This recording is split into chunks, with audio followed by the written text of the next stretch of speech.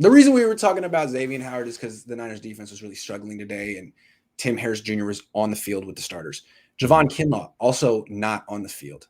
And I'm not going to say that that's a reason that the defense struggled, because I got serious questions about Javon Kinlaw.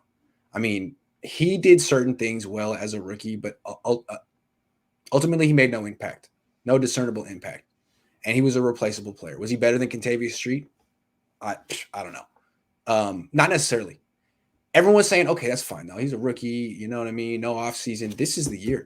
He's going to come into training camp, and he's going to make these strides. And, well, he's hurt now. And what's discouraging about it is he wasn't hurt in OTAs. And Kyle Shanahan said this happened traveling. But, again.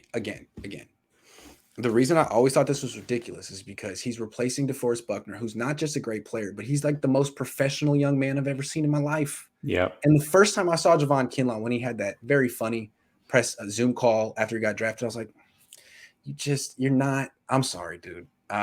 You're just not as professional as the guy you're replacing. And you have a knee issue now.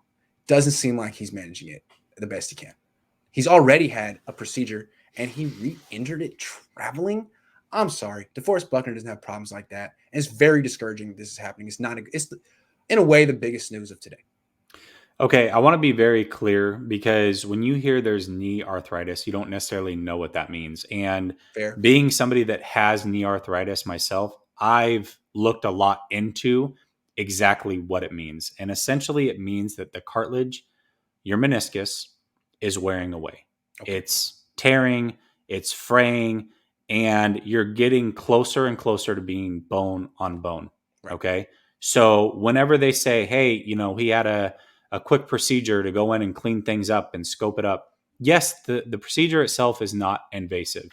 However, what they're doing is they're cleaning up some of the frays and the tears in that area, which means they are removing more and more of that cartilage. And over time, you're eventually going to be bone on bone.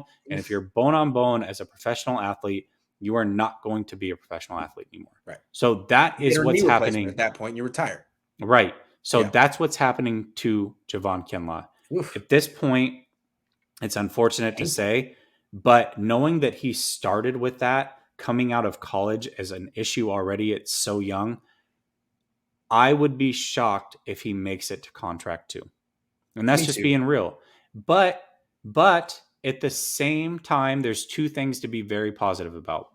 If he can play very well up to that point before he's no longer in the league, potentially, then that's a win. It wasn't just Buckner for Kinlaw. And I know that we want to make that comparison, but it was Buckner for Armstead, Ward, and Kinlaw. That was the trade-off, okay? And knowing that they are in a situation now with Trey Lance being on that rookie contract means that they no longer have to make those tough decisions money-wise for the next 4 or 5 years, and everybody that performs, they can pay. So those are the good things about, what we're talking about here. You're right. What do we think the Niners are going to do with Sherman? Help him behind the scenes, but I don't think they're going to employ him. Yeah, I mean, that's a pretty loaded question. I guess just from a personal standpoint, they want to be there for him. They've reached out to him. They've said that. The mental health issue came up today, actually, with Juszczyk, and he talked about how the team takes it very seriously and how the players take it more seriously.